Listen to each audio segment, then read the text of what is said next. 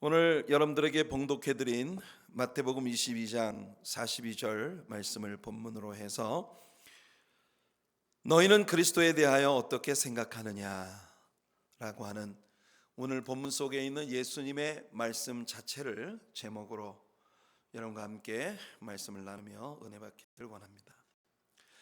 지난 수요일 저녁 우리는 마태복음 20장까지 성경 여행을 했습니다. 마태복음 16장에 베드로의 신앙 고백과 더불어 가이사랴 빌립보 지방에서부터 예루살렘으로 가기 위한 여행을 시작하신 예수님, 이번 수요일 저녁 우리가 함께 나눌 마태복음 21장에 벌써 나귀를 타시고 예루살렘 성에 들어가셔서 27장까지 예수 그리스도의 고난주간의 사건들이 다루어지게 됩니다. 그리고 마태복음의 마지막 28장에서 예수님의 부활 사건을 끝으로 마태복음이 모두 끝납니다. 생각해 보세요. 마태복음의 절반에 해당되는 16장으로부터 28장까지가 예수님의 예루살렘으로의 행적과 고난주간의 한 주간 동안의 행적을 다루고 있는 것입니다. 얼만큼 복음서가 예수 그리스도의 마지막 일주간에 강조점을 두고 있는지를 엿보게 하는 그런 안배라고 하겠습니다. 우리는 이제 신약 성경의 첫 번째 책인 마태복음 성경 여행을 몇 주 남겨두고 있지 않습니다. 게다가 이미 말씀드린 것처럼 이번 수요일은 사순절이 시작되는 제 수요일입니다. 부활주일 전날부터 거꾸로 40일을 역산하되 주일을 빼고 계산하므로 언제나 수요일에 사순절 절기가 시작이 되게 되는데요. 올해는 특별히 마태복음 성경 여행에서 예수님의 고난주간의 행적을 밟아가는 시기에 이 사순절을 보내게 되는 것이 참으로 의미가 있을 것 같습니다. 이 절기를 함께하며 예수님이 여러분에게 누구신가, 그리스도는 나에게 누구신가 하는 것에 대한 명백한 마음의 결단과 신앙의 확증이 세워지게 되는 우리 성도님들의 삶이 되기를 예수님의 이름으로 축복해 드립니다. 마태는 예수님은 왕의 왕이라는 걸 우리에게 설명하고자 했어요.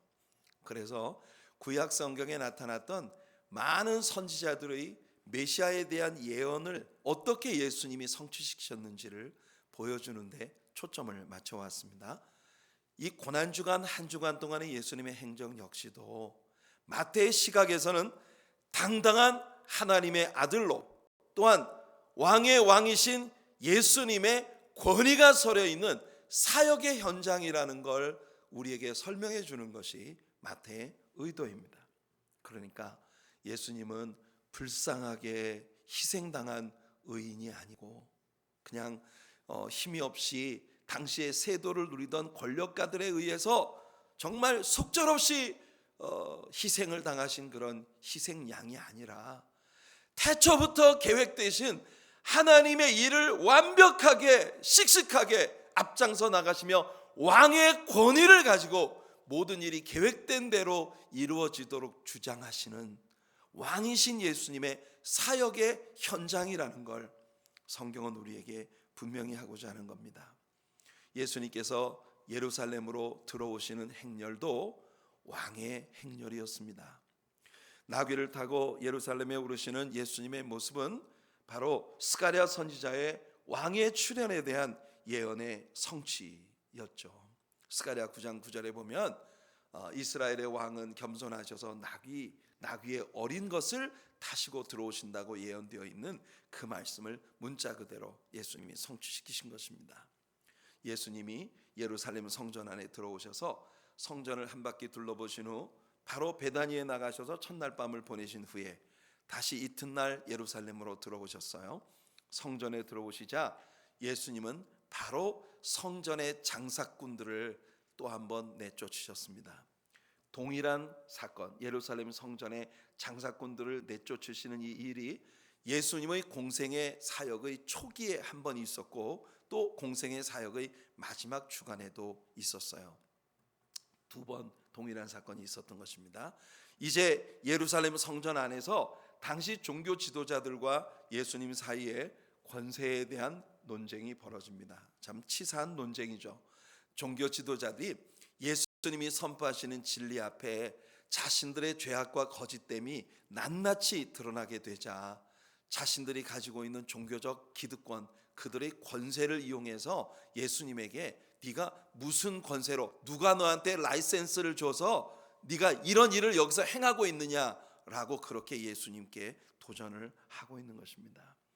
종교 지도자들은 정말 치사한 길을 선택한 거예요. 예수님은 마태복음 21장에서 한 가지 중요한 비유를 말씀하십니다.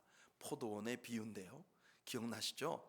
지난 주일 아침 우리는 천국을 포도원의 일꾼들을 불러들이는 포도원 주인의 모습으로 비유하신 예수님 비유를 배웠습니다. 거기에도 포도원 비유가 있었는데 21장, 바로 이번 수요일 저녁에 우리가 함께 나눌 21장에도 포도원 비유가 하나 나와요. 여러분, 21장의 비유에서 예수님은 포도원 주인의 아들로 출연하십니다. 예수님은 하나님을 포도원 주인에 비유하신 거예요. 이 말씀은 이사야 5장에서 이사야가 노래했던 이사야의 포도원 노래와 밀접한 연관을 가지고 있다고 하겠습니다.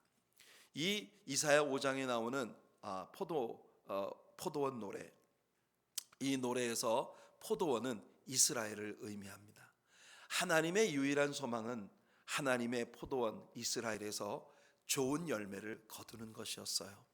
이사야 5장에서 하나님은 땅을 파서 돌을 제하고 울타리를 만들고 극상품 포도나무를 심고 포도즙들을 만들고 망대를 세우고 지극정성으로 포도원을 만들고 보살피셨지만 불행히도 이스라엘은 좋은 포도가 아닌 들포도를 맺었다는 것이 이사야의 슬픈 노래였습니다. 이것이 구약시대 때 이스라엘이 하나님을 저버리고 곁길로 나간 것에 대한 슬픈 현실을 보여주는 것이죠. 하지만 신약 성경에서 예수님이 주신 비유를 보게 되면 하나님은 포도원을 만드신 후에 그 포도원을 돌보도록 책임을 가진 종들을 세우셨다는 겁니다. 하지만 그 책임을 맡은 자들은 포도원의 열매를 주인께 돌리지 않고 자기 자신들이 가로채고 있어요. 포도원의 일꾼으로 세워진 자들이 포도원 주인에게 영광을 돌리지 않고 포도원 주인에게 돌아가야 할 모든 유익과 영광을 자신들이 중간에서 가로채고 있는 그런 모습이 예수님의 비유 속에 나오는 것입니다. 그들은 포도원의 주인이신 하나님에 대한 최소한의 존경심마저도 없었어요. 그들은 자신들이 가지고 있는 종교적 기득권을 최대한 이용해서 백성들을 착취하기 시작합니다. 성전 안에서는 오직 성전 안에서만 통용되어지는 성전 화폐를 만들어 밖에서 쓰여지는 화폐와의 환율의 차이로 큰 이득을 챙기고 또 성전에서 드려지는 모든 제물들에도 아주 까다로운 승인 제도를 정해서 사람들이 자기들이 집에서부터 제물을 가지고 올 엄두조차 내지 못하게 합니다. 오직 제단에서 승인되어진 제물들을 사서 제사를 드리게끔 만들므로써 성전 내에 설치되어진 제물을 파는 부스를 통해 또 큰 이익을 챙기는 거예요. 당연히 돈을 바꾸는 부스나 혹은 제물을 파는 부스들은 대제사장의 가족들 사두개파 사람들에 의해서 점유되었고 그들은 백성들에게 사기를 치고 있었던 것입니다. 하나님의 포도원에서 하나님께 돌아가야 할 영광과 하나님의 유익을 나타내지 않고 중간 이 종교적 기득권을 차지하고 있었던 종교 지도자들이 백성들을 갈취하고 있는 이 모습을 예수님이 보신 것입니다. 예수님은 이 비유에서 하나님께서 여러 번 열매를 얻기 위해 종들을 포도원으로 보내셨다는 이야기를 하십니다. 하나님이 여러 번 보내신 종들은 바로 이스라엘의 역사 가운데 하나님께로부터 보내어졌던 예언자들, 선지자들, 하나님의 종들을 의미합니다. 그 선지자들은 돌에 맞아 죽고 감옥에 갇히고 매를 맞고 다양한 방법으로 죽임을 당합니다. 사도행전 7장에서 스데반은 공회 앞에서 하나님이 보내신 선지자들 가운데 핍박을 받지 않은 선지자가 누가 있었느냐라고 그렇게 다그치고 있습니다. 맞습니다. 우리가 이미 구약 성경을 쭉 공부해 온 대로 하나님께서 보내신 수많은 하나님의 종들과 예언자들, 선지자들을 그들은 돌로 쳐서 죽이고 감옥에 가두고 채찍질하고 심지어 톱으로 켜서 죽이고 끔찍한 그런 하나님이 보내신 종들을 박해하는 그런 일들이 이스라엘 역사 가운데 꼬리에 꼬리를 물고 일어난 거예요. 예수님의 비유 가운데에서 마침내 포도원 주인은 자신의 아들을 보내기로 결정합니다. 주인은 저들이 내 아들은 공경하리라. 내가 보낸 종들은 그렇게 박해하고 핍박하고 때리고 감옥에 가두고 죽이고 했지만 내 아들은 존경할 것이다 라고 생각합니다. 하지만 포도원 농부들은 거꾸로 생각합니다. 자, 이 사람은 포도원 주인의 상속자 아니냐, 유일한 상속자 아니냐, 우리가 이 사람을 죽이고 그 포도원 주인의 모든 포도원을 우리가 차지하자. 그들은 주인의 아들을 잡아 포도원 밖으로 끌고 나가 그를 죽여버립니다. 이것은 예수님이 당시 종교 지도자들에 의해 불법적인 재판을 받으시고 예루살렘 성문 밖에 끌려나가 영문 밖에서 십자가에 피 흘려 죽으시는 장면을 고스란히 보여주고 있는 그림이에요. 당연히 그래서 이 비유는 예수님 자신이 받으실 고난에 대한 적나라한 묘사인 것입니다. 자, 이 비유 후에 예수님은 건축자들에게 버려진 돌에 대한 말씀을 하십니다. 건축자들에게 버려진 그 돌, 하지만 그 돌은 하나님의 손에 붙들려 집 모퉁이에 요긴한 코널스톤으로 쓰임받게 됩니다. 이것 또한 예수 그리스도 자신에 대한 묘사예요. 당시의 건축자들, 종교 지도자들에 의해 버림받으신 예수님이 하나님에 의하여 이 땅에 그리스도의 몸된 교회를 세우는 기초돌이 되셨다는 걸 우리에게 보여주는 말씀이죠. 예수님은 당당하게 선포하십니다. 나는 왕의 아들이다.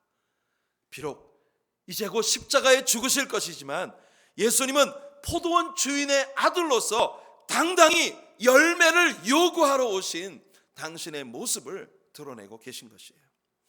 예수님이 성전에서 행한 일들과 종교 지도자들과의 논쟁은 아마 일반 백성들에게는 엄청난 인기를 몰고 왔을 거예요. 그동안 말도 못하고 온갖 억압을 받고 박해를 받았던 종교적 기득권자들에 의해 눌려 있었던 그 백성들은 억압된 분노를 품고 살아왔는데 예수님의 이 의로운 선포와 종교 지도자들과의 논쟁에 아마도 속이 후련해지는 걸 느꼈을 것입니다.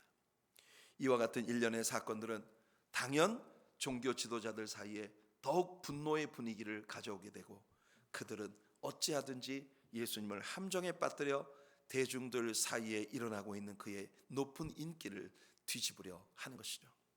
바리새인들은 로마에 바치는 세금에 관한 질문으로 예수님을 궁지에 몰아넣으려 했지만 현명하고 명쾌한 답변으로 예수님은 빠져나가셨고 그들을 도리어 당황케 하셨습니다.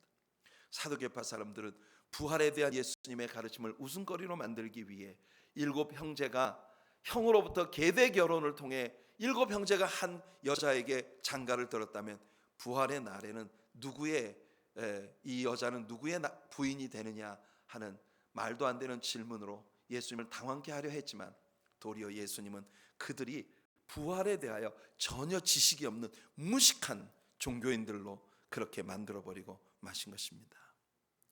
자, 바리새인들과 사두개인들, 당시 종교 지도자들은 점점 더 극단적인 공격을 예수님께 가져오게 되고 예수님은 그들의 공격에 대하여 오늘 우리가 읽은 본문 42절의 말씀을 그들에게 던지십니다. 예수님의 질문입니다. 너희는 그리스도에 대하여 어떻게 생각하느냐? 네 자손이냐? 예수님의 이 질문은 여러분 교회 안에 있으면서 하나님을 섬기지 않고 엉뚱한 종교인 행세를 하고 있는 그들에게 예수님이 던지신 일종의 정말 그 파이널 블로우예요. 이 질문에 어떻게 답변하는가 하는 것이 한 사람의 인생에 있어서 가장 중요한 것입니다. 여러분, 당신은 매우 가부장적 사회로, 아버지가 살아계신 동안에는 아버지가 가족을 다스렸습니다. 성년이 되거나 결혼을 하더라도 아버지의 지도력을 뒤집을 수는 없었어요. 아버지는 가족들에게 심지어 주라고 불리워졌습니다. 또한 그렇게 받아들여졌어요. 아버지가 아들이나 자기 뒤에 올 후손을 주라고 부르는 일은 말도 안 되는, 있을 수 없는 일입니다. 바로 그런 문화적 배경을 두고 예수님은 메시아에 대하여 종교 지도자들에게 질문을 하신 겁니다. 너희는 그리스도에 대하여 어떻게 생각하느냐? 그리스도라고 하는 말은 헬라어의 크리스토스라고 하는 말의 음력인데요, 헬라어의 크리스토스를 히브리 버전으로 바꾸면 메시아입니다. 그러니까 메시아라는 단어와 그리스도라는 단어는 같은 의미를 가진 단어입니다. Anointed one, 기름 부음을 받은 자, 우리의 구세주가 되시기 위해 하나님께 기름 부음을 받은 자라는 그런 의미예요. 그래서 예수님이 질문하셨어요. 너희는 그리스도에 대하여 어떻게 생각하느냐? 그가 누구의 자손이냐? 우리가 사무엘하 7장에서 배웠던 소위 데이비드 커버넌트, 다윗의 언약을 기억합니다. 하나님께 내가 하나님 집을 하나 지어드리겠습니다 했던 다윗에게, 야, 내 집은 너 말고 다른 사람한테 시킬 거야.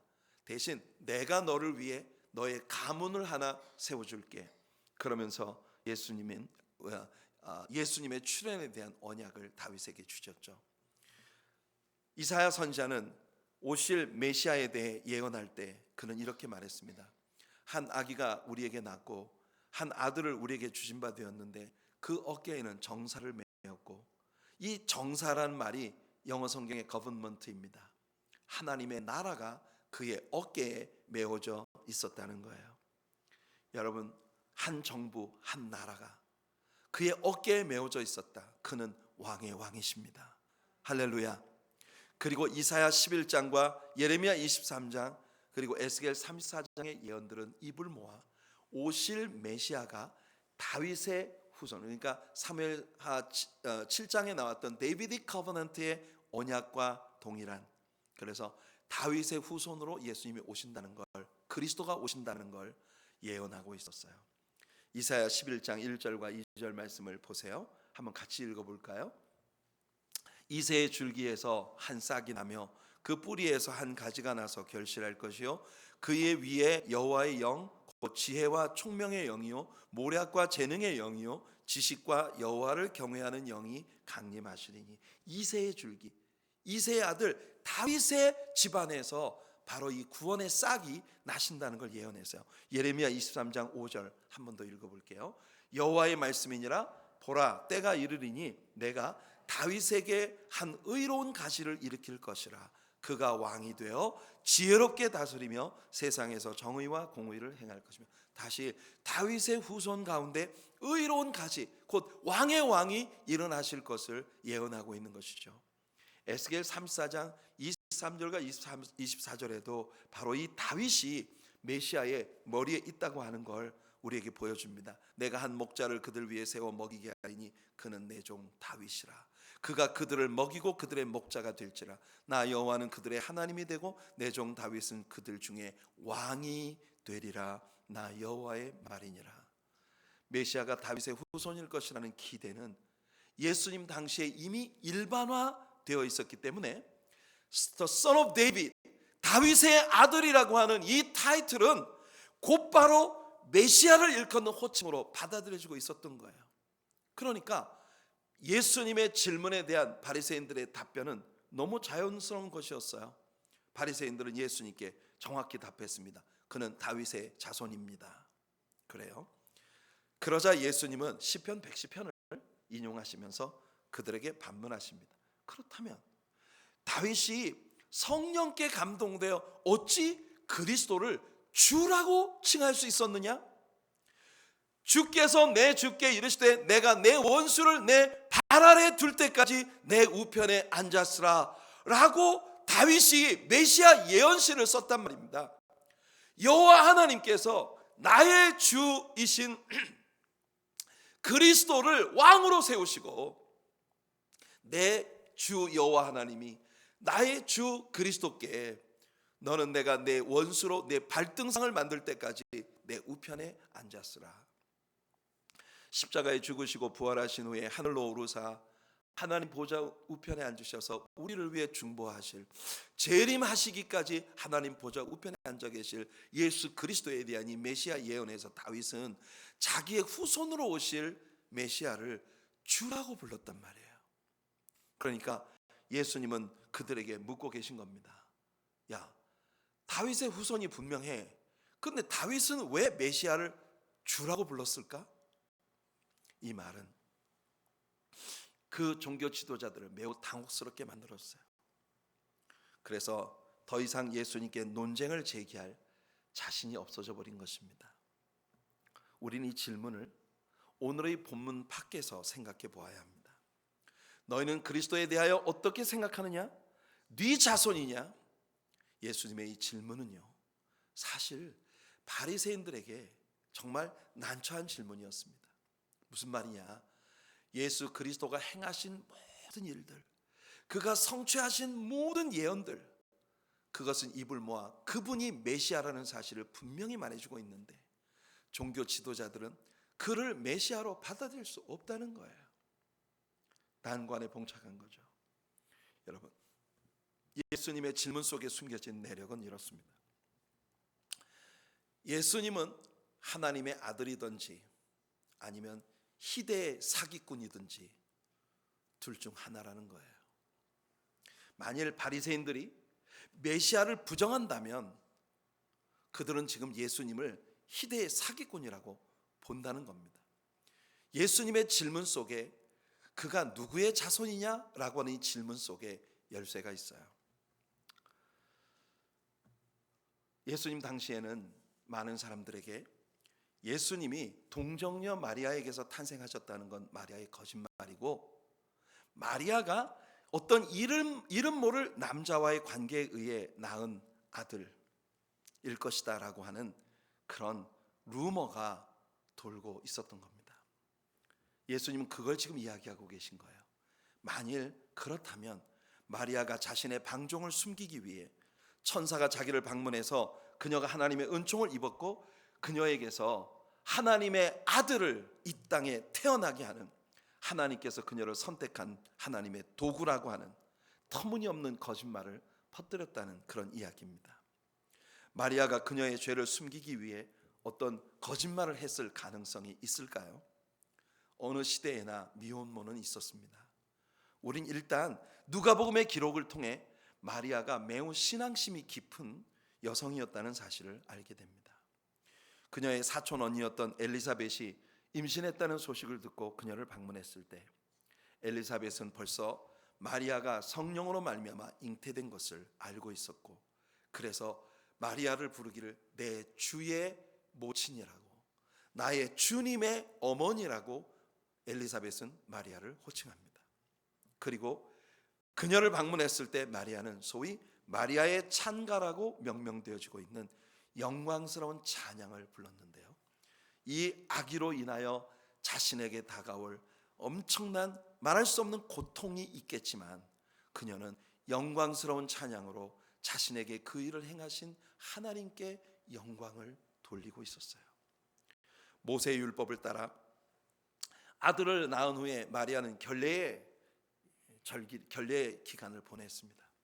그리고 그녀가 이제 베이비 데디케이션을 위해서 제사를 드리러 예루살렘에 올라갔을 때 거기에는 성령님께로부터 네가 그리스도 곧 메시아를 직접 보기 전에는 죽지 않을 것이라는 예언을 받았던 시므온이라고 하는 노종이 있었습니다. 이 시므온이 마리아가 헌화를 하기 위해 데리고 오는 아기 예수님을 보자 그 예수님을 팔에 안고 하나님을 송축했습니다. 그리고 그 아이에 대한 예언을 선포하는데요, 이 아이로 인하여 마리아가 심장을 찔리는 고통을 받게 될 것이라고 그렇게 예언을 한 것입니다. 여러분 생각해 보세요. 예수님이 십자가에 못 박혀 죽으실 때 마리아는 그곳에 있었습니다.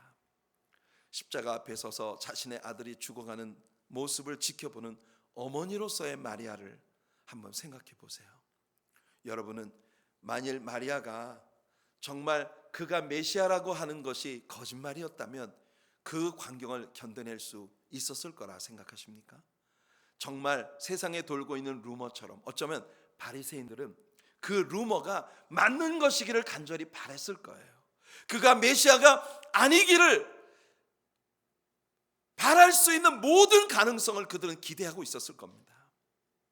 마리아가 정말 자신의 어떤 남자와의 죄악의 씨앗으로서 예수님을 낳았다면 그녀가 자기의 죄로 인해 죽어가는 모습을 어머니로서 지켜보면 과연 침묵할 수 있었을 것인가? 마리아는 아마 미친 듯이 절규했을 겁니다. 아니에요, 다 거짓말이에요. 다 사기였어요. 이 사람은 내 아들이에요. 살려주세요. 이것이 어미의 마음이 아니겠습니까? 그러나 이 아기를 헌화할 때 하나님 주셨던 말씀, 이 아이로 인하여 내 심장이 칼로 찌르는 듯하리라는 그 말할 수 없는 고통을 예수 그리스도의 십자가 앞에서 견뎌내야 했던 예수님의 모친 마리아의 모습을 생각할 때, 여러분, 마리아가 예수님의 탄생에 대해 거짓말을 말하지 않고 진실만을 이야기한 것이라고 믿을 수 있는 증거는 세상에 너무나 많습니다. 우선 그녀의 약혼자 요셉의 태도 변화가 그것을 증거합니다. 그가 마리아의 임신 사신을 발견했을 때 그에게는 두 개의 초이스가 있었어요. 하나는 그녀의 임신을 폭로함으로써 그녀를 돌에 맞아 죽게 하든지, 아니면 그녀를 아는 사람이 아무도 없는 먼 곳으로 떠나 보내는 것이었을 겁니다. 그래서 요셉은 의로운 사람이라 마리아가 해를 입지 않도록 먼 곳으로 보내려고 생각하고 있을 때, 그때 하나님의 사자가 그에게 나타나 그에게 세 번째 초이스를 알려준 겁니다. 요셉아, 두려워 말라. 내 아내 마리아 데려오기를 두려워 말라. 그녀는 성령으로 잉태되었느니라. 그녀가 아들을 낳으리니 그 이름을 예수라 하라. 이는 그가 자기 백성을 죄에서 구속할 자임이니라. 마침 당시에 가이사 아구스도의 칙령을 따라 그들은 강제로 그들의 고향에 가서 호적을 해야 하는 그런 프레셔를 받게 됩니다. 그래서 그들은 베들레헴을 향하게 된 것입니다. 이것은 왕의 명령이었기 때문에 마리아가 만삭이었음에도 불구하고 그들은 이 위험한 여행을 감수해야 했던 거예요. 그렇게 이 아기는 요셉이 살고 있었던 땅, 그리고 그 자신 역시도 장차 살게 될 나사렛을 떠나 엉뚱한 지역인 베들레헴에서 탄생하게 된 것입니다. 결국 메시아의 탄생에 대한 미가의 예언이 그렇게 해서 완벽히 성취된 거예요. 미가서 5장 2절이 말합니다. 베들레헴 에브라다야, 너는 유다 족속 중에 작을지라도 이스라엘을 다스릴 자가 내게서 내게로 나올 것이라. 그의 근본은 상고의 영원에 있느니라. 영원부터 계셨던 하나님이신 예수 그리스도가 베들레헴에서 탄생하시게 될 것을 예언한 것입니다. 여러분, 예수 그리스도 이외에 인류 역사에 이처럼 영향을 준 인물이 더 있었겠습니까? 여러분들이 편지를 쓰거나 혹은 어떤 서류를 작성하신다면 늘 그 말미에 날짜를 써넣게 됩니다. 그때마다 여러분은 예수님의 탄생을 인정하고 있는 거예요. 지금은 2020년입니다. 2020년 2월 23일. 이 날짜는 무엇을 말하는 것입니까? 대체 무엇으로부터 2020년째가 됐다는 것이죠? 인류 역사가 2020년밖에 안 됐지는 않았잖아요. 그렇죠? 그럼 무엇으로부터 2020년 됐다는 겁니까? 우리는 AD 2020년이라고 말합니다. 아노 다미니, 라틴어로 주님의 연대라는 의미예요. 그러니까 우리가 AD 2020년이라고 날짜를 써놓을 때 우리는 예수님이 탄생하신 때로부터 2020년이 되었다는 걸 인정하고 있는 거예요. 교회에 나오는 사람들뿐 아니라 온 세계인들이 오늘의 날짜를 쓸 때마다 예수님이 탄생하신 때로부터 2020년이 지났다는 걸 인정하게 되는 겁니다. 우리가 살고 있는 이 모든 서양 문화는 예수님의 영향으로 이루어진 문화죠.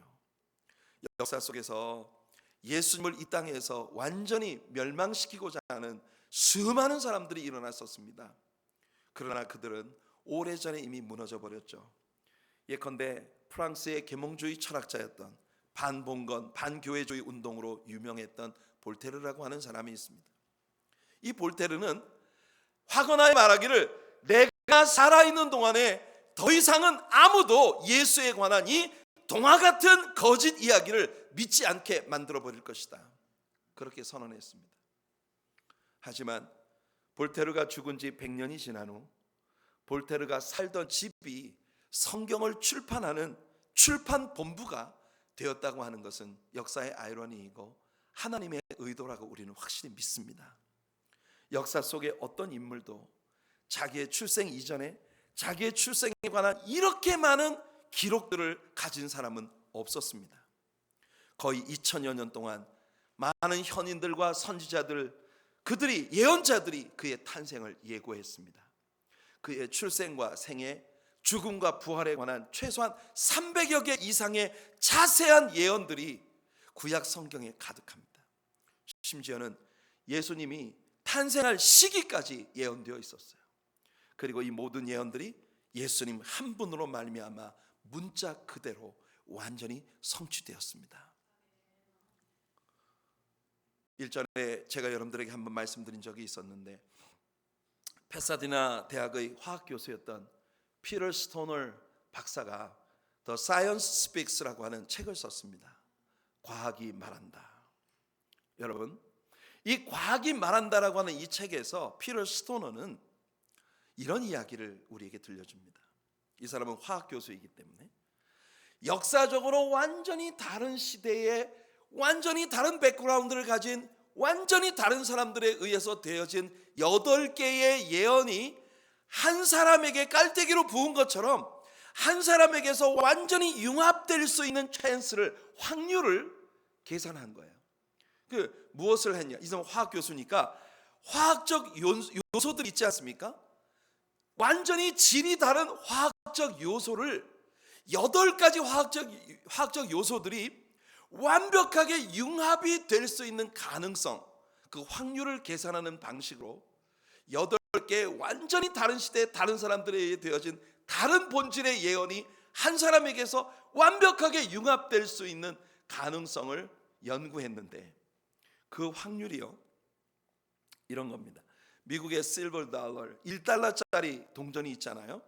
그 1달러짜리 동전으로 텍사스주 전체를 2피트 높이로 뒤덮었을 때, 여러분 그 동전을 가지고 텍사스주 전체를 2피트 높이로 뒤덮었을 때, 그 수많은 동전 가운데 내가 찾아내고자 하는 그 동전을 우연히 한 번에 딱 집어낼 수 있는 확률, 그 확률이 8개의 완전히 다른 예언이 예수님 한 분에게서 성취될 수 있는 확률이다, 이렇게 얘기한 겁니다. 여러분, 만일 거기에 8개의 예언을 덧붙여서 16개의 예언이 예수님 한 분에게서 완벽하게 이루어질 확률은 그럼 얼마나 되느냐? 계산을 해보니 10의 45승분의 1이라는 확률을 얻었습니다. 10의 45승이라고 하는 숫자는 1에다가 동그라미가 45개 붙은 겁니다. 읽을 수도 없고 이해조차 불가능한 완전히 여러분 천문학적인 그런 숫자입니다. 그 숫자만큼의 실버 달러로 미국뿐만 아니라 온 지구를 다 뒤덮고, 그 쌓고 쌓은 그 두께가 어디까지 가느냐? 태양을 지나서 태양까지, 지구로부터 태양까지 거리로부터 30배나 먼 곳까지 갈 수 있을 만큼의 양이라는 거예요. 그렇게 많은 동전들 중에 우연히 한 개를 딱 집어냈는데 그게 내가 찾고자 하는 동전이었을 확률. 여러분, 이게 말이 되는 확률이라고 생각하십니까? 16개의 예언이 한 사람에게 성취될 확률을 화학적 계산 방식으로 계산해낸 이야기입니다. 그런데 예수님의 생애에 관한 예언이 모두 몇 개나 된다고요? 300가지가 넘는다 했습니다. 여러분, 이것은 사람이 상상할 수도 없고 이룰 수도 없는 일이에요. 오직 하나님만이 하실 수 있는 일입니다. 그 300여 가지의 예언들 가운데 어떤 예언들은 좀 분명치 않다고 누군가 말할지도 모르겠어요. 어쩌면 그럴 수도 있죠. 하지만 베들레헴에서 탄생했다는 건 결코 애매한 일이 아닙니다. 그가 나귀를 타시고 예루살렘에 입성하셨다는 것, 정확히 은 30에 팔리셨고 그 예수님을 판 은 30이 나중에 성전에 던져졌다가 그 돈이 토기장의 밭을 사는데 사용되었다는 것은 절대 우연일 수가 없습니다. 제게는 그게 너무나 명확해 보이는데요.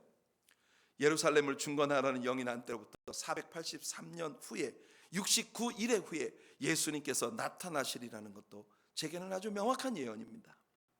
그 후에 그가 반드시 죽임을 당하고 그 나라가 온 세계로 흩어지리라는 다니엘의 예언도 제게는 예수님에게서 명백히 이루어졌습니다. 믿기지 않는다면 눈을 감고 모든 사실들을 신중하게 생각해 보세요. 예수님에 대해 여러분이 만일 성경이 말하고 있는 그의 메시아이심에 대한 어떤 것이라도 의심하신다면 그것은 여러분의 선택의 문제입니다. 여러분 반대편 쪽을 선택하게 되는 거죠. 여러분 니고데모와 예수님과의 대화 가운데 예수님 분명히 하셨어요. 사람들이 나를 믿지 않는 이유는 그들의 죄가 내 앞에 오면 드러나기 때문이라는 겁니다. 만일 여러분이 예수님을 받아들이려 하지 않는다면 여러분들이 육신적으로 느끼는 많은 죄악된 일들이 예수님보다 더 사랑스럽기 때문일지도 모릅니다. 여러분은 빛이신 하나님보다 그래서 어둠 속에 숨는 쪽을 더 즐거워하시는지도 모르겠습니다. 이제 예수님의 질문을 그래서 오늘 여러분들에게 물어보겠습니다. 여러분은 그리스도에 대하여 어떻게 생각하십니까? 그가 누구의 자손입니까? 여러분은 나는 예수님이 우리 서양 문화에 지대한 영향을 미친 아주 좋은 분으로 생각한다고 말할 수 있습니다. 교묘한 말이죠. 상당히 예수님을 존경하는 듯하지만 본질을 비격한 말입니다. 어떤 사람은 예수님을 선지자 중 하나라고 말했고 어떤 사람은 그가 위대한 철학자였다고 생각할 것이고 어떤 사람은 그가 세상에 살았던 가장 위대한 선생님 중에 한 분이라고 생각할 겁니다. 소위 세계 4대 성인이라는 캐러고리 안에 예수님을 집어넣는 사람들의 이야기. 공자나 소크라테스나 스카모니와 비슷한 반열에 있는 온 세계에 영향을 미친 위대한 인물 중 한 분. 여러분에게 예수님은 누구십니까? 여러분에게 예수님은 공자나 소크라테스나 스카모니 같은 영향력 있는 어떤 인물 중 하나인가요? 아니면 성경 전부가 우리들에게 얘기해 주고 있는 것처럼 그는 세상에 다시 없을 나의 모든 죄악을 완전히 청산해 준 나의 유일한 구세주 메시아이시고 그리스도라고 하는 고백을 하시겠습니까? 사랑하는 성도 여러분, 우리는 결정해야 합니다. 이 질문 속에는 많은 사람들의 갈등이 숨겨져 있는 거예요. 그분은 하나님의 아들이든지 아니면 희대의 사기꾼이든지 둘 중 하나입니다. 여러분들이 만일 그가 희대의 사기꾼이 아니고 하나님의 아들이라고 생각하신다면 예수님 그렇게 선언하고 계시거든요. 당신 자신이 하나님의 아들이라고. 계속해서 그는 하나님을 아버지라고 불렀고 아버지로부터 이 세상에 보내심을 받았다고 그는 선포했습니다.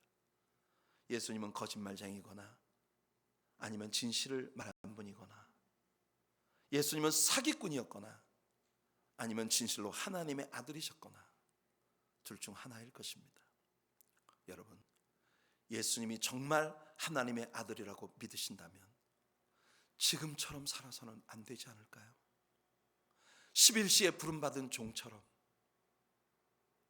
우리가 과연 정말 예수님이 누구신지를 아는 사람들이라면 지금처럼 살아서는 안 되지 않을까? 그런 신앙적인 프레셔리 오늘 아침 여러분들의 마음속에 일어날 수 있게 되기를 바랍니다. 더 뜨거운 열정, 더 뜨거운 사랑, 더 뜨거운 감동 가운데 믿음으로 살아가야 하지 않을까? 그런 열정이 오늘 여러분들의 마음 안에 일어날 수 있게 되기를 축복합니다. 예수님은 여러분에게 누구신가요? 여러분은 그리스도를 어떻게 생각하십니까?